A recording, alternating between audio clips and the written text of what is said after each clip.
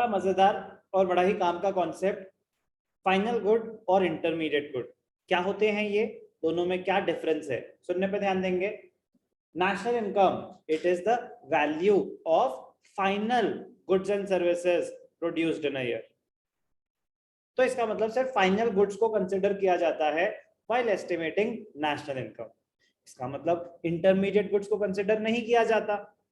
तो क्या होते हैं ये फाइनल गुड्स, क्या होते हैं ये इंटरमीडिएट गुड्स। फाइनल गुड्स दो टाइप के होते हैं, ध्यान से देखेंगे। फाइनल गुड्स दो टाइप के होते हैं। ब्लैंक स्क्रीन चाहिए मुझे, ध्यान से देखना। फाइनल गुड्स दो टाइप के होते हैं, एक कंजम्पशन गुड्स, सुनने पे ध्यान देंगे, एक कंजम्पशन गुड्स और एक कैपिटल गुड्स। कंजम्पशन गुड्स आपने क्यों लिए होंगे? For consumption as the final user of the commodity. Capital goods क्यों लिए होंगे? For investment. अब ध्यान से देखना, फाइनल गुड्स दो टाइप के हैं, एक कंजम्पशन गुड्स और एक capital goods. As an individual, as a consumer, आप जो मर्जी खरीदो। As an individual, as a consumer, आप जो मर्जी खरीदो, वो एक फाइनल गुड है क्योंकि वो अपने फाइनल स्टेज पे पहुंच चुका है।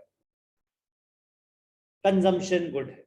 Exception property. As an individual जब आप प्रॉपर्टी खरीद रहे हो, वो एक इन्वेस्टमेंट एक्सपेंडिचर है वो भी फाइनल गुड, बट वो कंजम्पशन गुड नहीं माना जाता, कैपिटल गुड माना जाता है।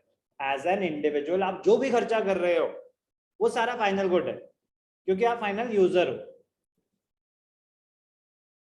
प्रॉपर्टी खरीद रहे हो तो वो कैपिटल गुड है, इन्वेस्टमेंट एक्सपेंडिचर है, वो भी फाइनल गुड है। बाकी आप गाड़ी खरीदो या चिप्स का पैकेट खरीदो, पेन खरीदो या फोन खरीदो, लैपटॉप खरीदो, रजिस्टर खरीदो, वो सब क्या है?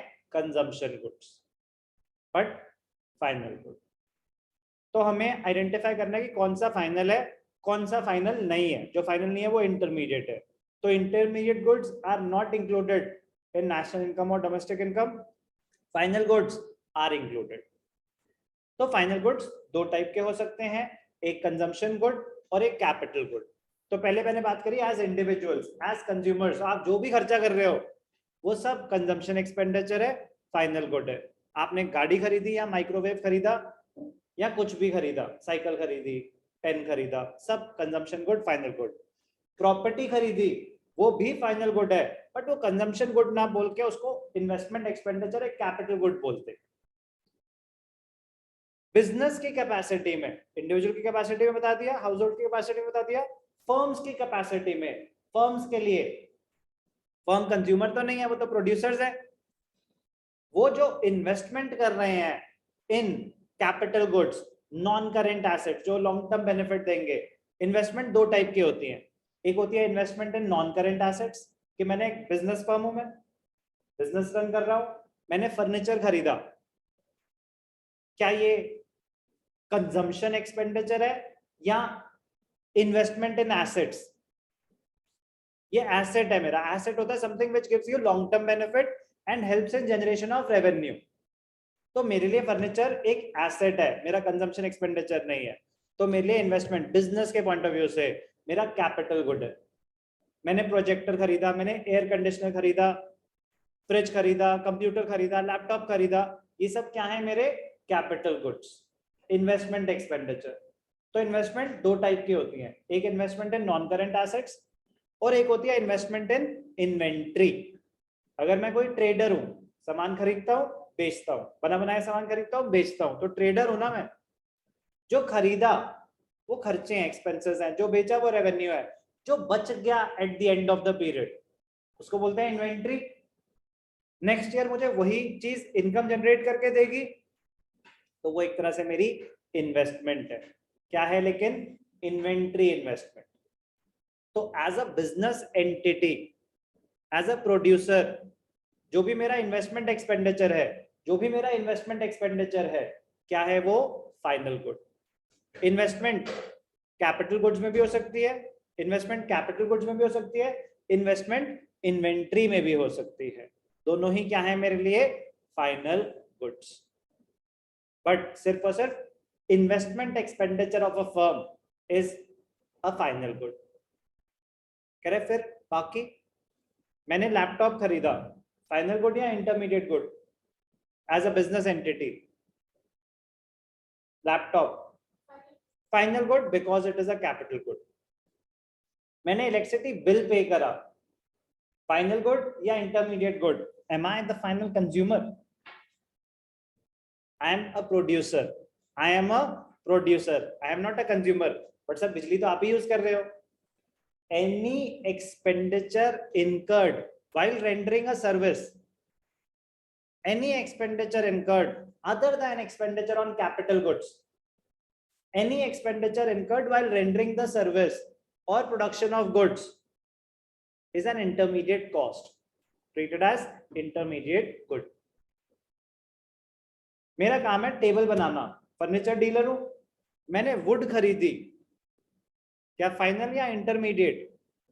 एज अ प्रोड्यूसर लकड़ी खरीदी जिससे मैं टेबल बनाऊंगा, तो मेरे लिए तो रॉ मटेरियल है ना, तो मेरा वो फाइनल गुड नहीं था। मेरे लिए फाइनल गुड क्या है? मेरे एसेट्स, नॉन करेंट एसेट्स। सुनते हैं पहले एक बार दोनों का मीनिंग, फिर से आते हैं कैटेगराइजेशन पे। अभी मैंने बस आपको फाइनल गुड्स के बारे में बताया, इंटरमीडिएट के बारे में तो अभी ज्यादा बताया ही नहीं। तो सुनते हैं एक बार डिटेल में क्या होते हैं ये final goods.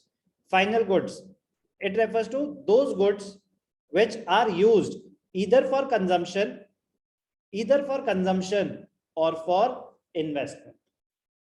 Final goods include goods purchased by consumer households as they are meant for final consumption. तो normally consumption expenditure किसको represent कर रहा है? Households को। उनका जो भी खर्चा है वो normally consumption expenditure होता है। क्या नहीं होता consumption expenditure? अगर उन्होंने प्रॉपर्टी में कोई खर्चा करा है, that is an investment expenditure, है वो भी फाइनल गुड, बट वो कैपिटल गुड्स की कैटेगरी में आ जाता है। तो एक तो क्या goods purchase by consumer households, एक goods purchase by firms for capital formation और investment like machinery, land, building, furniture, जो भी आपका non current asset. Final goods में क्या क्या है, क्लियर है? कंजम्पशन एक्सपेंडिचर और investment expenditure on capital goods. It must be noted that final goods are neither resold nor used for any transformation. ध्यान से देखेंगे, फाइनल गुड्स आपने क्यों लिए थे? As a consumer for self consumption, as a producer for investment, for own use. मैंने जो furniture खरीदा है क्या बेचने के लिए लिया है? बिजनेस चलाने के लिए। जो भी मैं एसेट खरीद रहा हूं बेचने के लिए नहीं है, बिजनेस चलाने के लिए, तो for own use, not for resale. WhatsApp पुराना हो जाएगा तो क्या बेचोगे? नहीं। अरे खरीदने के टाइम मेरा पर्पस क्या था? Was it purchase for the purpose of resale और own use? If purchase for own use then it is a capital good, if purchase for resale then it is not a capital good. Clear? It must be noted that final goods are neither resold nor used for any further transformation. Further transformation मतलब क्या? वो कोई raw material है, अगर raw material है तो final good नहीं हो सकता। आप की शॉप है, डेयरी शॉप है, आपने मिल्क खरीदा, आप मिल्क यूज करोगे, उसके आइसक्रीम बना सकते हो, कुछ भी हो सकता है, तो आपके लिए तो एक रॉ मटेरियल है ना, आप शेक्स बना रहे हो, कुछ भी कर रहे हो। तो if it undergoes a process of change, transformation होगी, तो वो फाइनल गुड नहीं है आपके लिए। बात समझ आई? तो ये इंटरमीडिएट गुड्स क्या होते हैं? Intermediate goods refer to those goods which are used either for resale और for further production in the same year. Either purchase for resale, आपने कोई भी चीज खरीदी, कोई भी चीज खरीदी बेचने के लिए, तो आप तो उसके फाइनल यूजर नहीं थे ना, आप जिसको बेचोगे फाइनल यूजर तो वो होगा। आपकी भी कंसिडर कर लें, उसकी भी कंसिडर कर लें, तो डबल काउंटिंग हो जाएगी। तो टू अवॉइड डबल काउंटिंग सिर्फ फाइनल गुड्स को कंसिडर किया जाता है। मैं पेन मैन्युफैक्चरर हूं, मैंने इंक ली, प्लास्टिक लिया, लेबर ली, तो ये सब मेरे लिए क्या थे? Raw material, services, intermediate cost. अगर मैं उनको भी नेशनल इनकम में काउंट कर लूं और फिर जब पेन बेचूं, पेन को भी नेशनल इनकम में काउंट कर लूं, पेन में तो सारी कॉस्ट मेरी कवर हो गई। जब मैं पेन बेच रहा हूं तो मैंने जितना भी खर्चा किया उसको सबको कवर कर रहा हूँ। तो पेन को डालो ना सीधा, आप उससे पीछे के जो प्रोसेस के खर्चे भी डाल रहे हो तो डबल काउंटिंग हो जाएगी। इसीलिए to avoid double counting, intermediate goods are not taken into consideration. तो एनीथिंग परचेज फॉर रीसेल और फॉर फर्दर प्रोडक्शन मतलब it is being used as a raw material or any service which is required for production or rendering your service। मुझे बिजली की जरूरत है पढ़ाने के लिए, तो मैं इलेक्ट्रिसिटी यूज कर रहा हूं, तो क्या वो मेरा फाइनल गुड है या intermediate good? Business point of view से, बिजनेस पॉइंट ऑफ व्यू से फाइनल गुड सिर्फ और सिर्फ इन्वेस्टमेंट एक्सपेंडिचर माना जाता है। बिजनेस के पॉइंट ऑफ व्यू से फाइनल गुड उनका सिर्फ और सिर्फ क्या होगा? Investment expenditure, investment on capital goods और इन्वेंट्री इन्वेस्टमेंट। बाकी मेरे जो भी खर्चे हैं, रॉ मटेरियल पे, एम्प्लॉइज की सैलरी हो गई, जो भी सर्विसेज, टेलीफोन का बिल, बिजली का बिल, मेंटेनेंस का खर्चा, ये सब मेरी क्या है? Intermediate cost. Without clear? Anything purchase for resale वो तो वैसे ही इंटरमीडिएट है। तो intermediate goods include goods purchased for resale, तो anything purchased for resale is an intermediate good. Goods used for further production like milk used for making sweets, मिठाई की दुकान है, वो घी यूज कर रहे हैं, दही यूज कर रहे हैं, मिल्क यूज कर रहे हैं, पनीर यूज कर रहे हैं, खोया यूज कर रहे हैं, वो तो उनका रॉ मटेरियल है। आपका रेस्टोरेंट है, आपने सब्जी खरीदी, तो क्या है वो फाइनल गुड या इंटरमीडिएट गुड? इंटरमीडिएट है, क्योंकि आपका वो रॉ मटेरियल है, आप उससे बनाओगे खाना, आगे बेचोगे। आप वापस जा रहे थे क्लास के बाद, मम्मी ने बोला बेटा वापसी में 2 किलो आलू लेते आना, कटेंगे वो भी घर जाके, अभी वो रॉ फॉर्म में है। They will undergo a process of change, yes or no? But vegetable purchased by an individual, घर गए, सब्जी भी आपने काटी, उबाले भी आपने, बनाई भी आपने, बट जो आपने खरीदी vegetable, is it an intermediate good or a final good? It will undergo a process of change. Is it an intermediate good or a final good? Samya, Raghav, Prithvi, final good. आपके घर पे कोई प्रोडक्शन प्रोसेस नहीं हो रहा, सब्जी बन रही है, आप कोई बिजनेस एंटिटी नहीं हो, तो it is not a production process. आप एक रेस्टोरेंट होते तब वो एक प्रोडक्शन प्रोसेस है। आपने जो रॉ वेजिटेबल्स खरीदी, मिल्क खरीदा, कुछ भी सामान खरीदा, which will be used to make the final good, तो वो रॉ मटेरियल इंटरमीडिएट होता है। अम्मी ले आई मैं रॉ मटेरियल, ऐसा तो नहीं बोलते ना, चलो प्रोडक्शन करें, वो प्रोडक्शन एक्टिविटी नहीं है। तो जो आपने सब्जी खरीदी वो क्या है आपके लिए? Final good. क्लियर? पक्का? तो final good, intermediate good, meaning clear है ढंग से? चलो सुनते हैं ध्यान से। एक बड़ा ही इंटरेस्टिंग पॉइंट, बड़ा काफी बार बोर्ड्स में आया हुआ है, वेरी वेरी इंपॉर्टेंट। कह रहे ये मशीनरी जो होता है ये फाइनल गुड होता है या इंटरमीडिएट गुड होता है? ध्यान से सुनेंगे। Machinery, is machinery a final good और एन इंटरमीडिएट गुड? बोर्ड्स में आया हुआ है, बहुत कॉमन क्वेश्चन है, वेरी वेरी इंपॉर्टेंट, ध्यान से देखेंगे। It is not the good, it is not the good, but the purpose for which it is purchased। कह रहे मशीनरी फाइनल गुड है या इंटरमीडिएट? कह रहे बात मशीनरी की नहीं है, it is not the good, it is the purpose for which it is purchased। if machinery is purchased, machinery तो एयर कंडीशनर भी हो सकता है, तो सेम क्वेश्चन एयर कंडीशनर के फॉर्म में आ सकता है, टेलीविजन के फॉर्म में आ सकता है, रेफ्रिजरेटर के फॉर्म में आ सकता है। आपने एज एन इंडिविजुअल कंज्यूमर अपने घर के लिए एसी खरीदा, फाइनल या इंटरमीडिएट? तो machinery purchase by an individual, by a household, final good. Machinery purchase by a business entity, by a producer for own use. मैंने एयर कंडीशनर खरीदा अपने ऑफिस में लगाने के लिए, बेचने के लिए है? No, machinery purchase by the business entity for own use, final या इंटरमीडिएट? फाइनल गुड, उनका कैपिटल गुड है। Machinery purchase by a business entity for resale, बेचने के लिए खरीदा, then it is an intermediate good. AC का dealer है, उसने एसी खरीदा बेचने के लिए, इंटरमीडिएट। एसी का डीलर है, उसने एसी खरीदा अपने ऑफिस में लगाने के लिए, फाइनल गुड। कोई भी डाउट? कोई भी डाउट? तो it is not the good but the purpose for which it has been purchased, which will determine whether the good is a final good or an intermediate good. एक बड़ा interesting point final और intermediate से related, अगर goods production boundary के अंदर अंदर है, अगर गुड्स प्रोडक्शन बाउंड्री के, इससे बस एक ही लाइन पता होनी चाहिए, पूरी कहानी नहीं, क्योंकि पूरी कहानी वो वैल्यू एडेड मेथड में आगे अलग से डिटेल में आएगी। यहाँ पे बस एक ही काम की चीज है, अगर गुड्स प्रोडक्शन बाउंड्री के अंदर अंदर है तो वो इंटरमीडिएट गुड्स माने जाएंगे। अगर वो प्रोडक्शन बाउंड्री से बाहर आ चुके हैं, मतलब फाइनल कंज्यूमर तक पहुंच चुके हैं, तो वो फाइनल गुड है।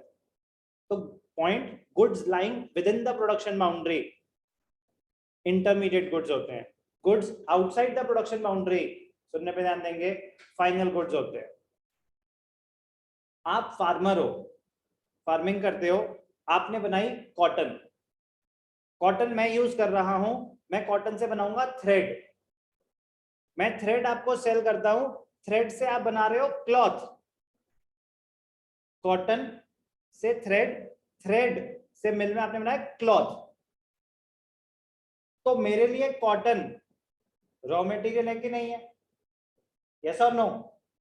मैंने बनाई थ्रेड, थ्रेड क्या फाइनल फॉर्म में है? थ्रेड से तो आगे कुछ बनेगा ना, अभी थ्रेड से बनाया आपने क्लॉथ, तो क्या थ्रेड फाइनल गुड था? नो। आपने थ्रेड खरीदी तो थ्रेड फाइनल गुड था, आपका रॉ मटेरियल, आप बनाओगे क्लॉथ। अब क्लॉथ भी हो सकता है आगे बंदा है जो उससे शर्ट और पैंट बनाता है, तो अगर वो भी प्रोडक्शन प्रोसेस का पार्ट है कि आपने क्लॉथ खरीदा और आप उससे बनाते हो गारमेंट्स, तो क्लॉथ आपके लिए रॉ मटेरियल है। तो इवेंचुअली प्रोडक्शन प्रोसेस कंप्लीट कहां हुआ? जब शर्ट्स और ट्राउजर्स बन चुके थे, तो प्रोडक्शन बाउंड्री से बाहर आया सामान। तो जब तक गुड्स प्रोडक्शन बाउंड्री के, अब जब आपने शर्ट्स और ट्राउजर्स बेचे, तो उस शर्ट और ट्राउजर में क्या कॉटन की कॉस्ट इंक्लूडेड है? क्या उसमें थ्रेड की कॉस्ट इंक्लूडेड है? क्या उसमें क्लॉथ की कॉस्ट इंक्लूडेड है? सब इंक्लूडेड है। तो क्या कॉटन अलग से नेशनल इनकम में आना चाहिए? अगर कॉटन भी आता और फिर थ्रेड भी आता और फिर क्लॉथ भी आता और पूरी की पूरी शर्ट और ट्राउजर भी आते, तो डबल ट्रिपल काउंटिंग होती कि नहीं होती? तो उन्होंने बोला कि अगर प्रोडक्शन प्रोसेस के अंदर कोई आइटम है, प्रोडक्शन बाउंड्री के अंदर है, तो it will be treated as an intermediate good, production boundary के बाहर है तो it will be treated as a final good. इतनी सी बात पता होनी चाहिए। कोई डाउट? तो वो फाइनल गुड हो गया, ठीक है ना? आप क्या हो? आप एक इंडिविजुअल हो या आप टेलर हो? तो इंडिविजुअल ने जो खरीदा वो आ गया उसके पास, वो फाइनल गुड है। तो अब अगर आप किसी टेलर शॉप पे कपड़ा लेके जाओगे, तो आप उसको तो सिर्फ सर्विसेज दे रहे हो ना, स्टिचिंग चार्जेस दे रहे हो, तो क्लॉथ पहले आ चुका है, स्टिचिंग चार्जेस अब आ जाएंगे, आपसे वो दोबारा क्लॉथ के पैसे भी लेगा क्या? तो नहीं हुई ना डबल काउंटिंग। जैसे ही एज एन इंडिविजुअल आपने क्लॉथ भी खरीद लिया, तो क्लॉथ प्रोडक्शन बाउंड्री से बाहर आ चुका है, फाइनल कंज्यूमर तक पहुंच चुका है ना? लॉजिक समझ आया? तो चलो बेटा, अब आपकी बारी। क्या क्या बताया मैंने आपको? Meaning of final good, intermediate good, कुछ उनके examples, machinery is a final good और एन इंटरमीडिएट गुड। तो it is not the good, it depends on the purpose, it is not the good but the purpose for which it is used. Okay जी, production boundary आगे जी, बाहर आगे चलो ताला लगाते हैं। What is the difference between final goods and intermediate goods? Final goods refer to those goods which are used either for consumption or for investment. Intermediate goods refer to those goods which are used either for resale or for further production in the same year. Nature, they are included in both national and domestic income. Intermediate goods, they are neither included in national income nor in domestic income. Value addition मतलब अभी इनमें कोई further transformation होनी है क्या? Final goods, no more value addition. Intermediate goods, अभी इनमें value addition होनी है. वैल्यू एडिशन होने के बाद जो फाइनल प्रोडक्ट बनेगा हम उसको कंसिडर करेंगे. तो final goods, they are ready for use by their final users, no value has to be added. Intermediate goods, they are not ready for use, some value needs to be added. Production boundary, final goods have crossed the production boundary के बाहर है. Intermediate goods, they are within the production boundary. Example हम बतेरे कर चुके हैं, बस और नहीं हो पाएंगे.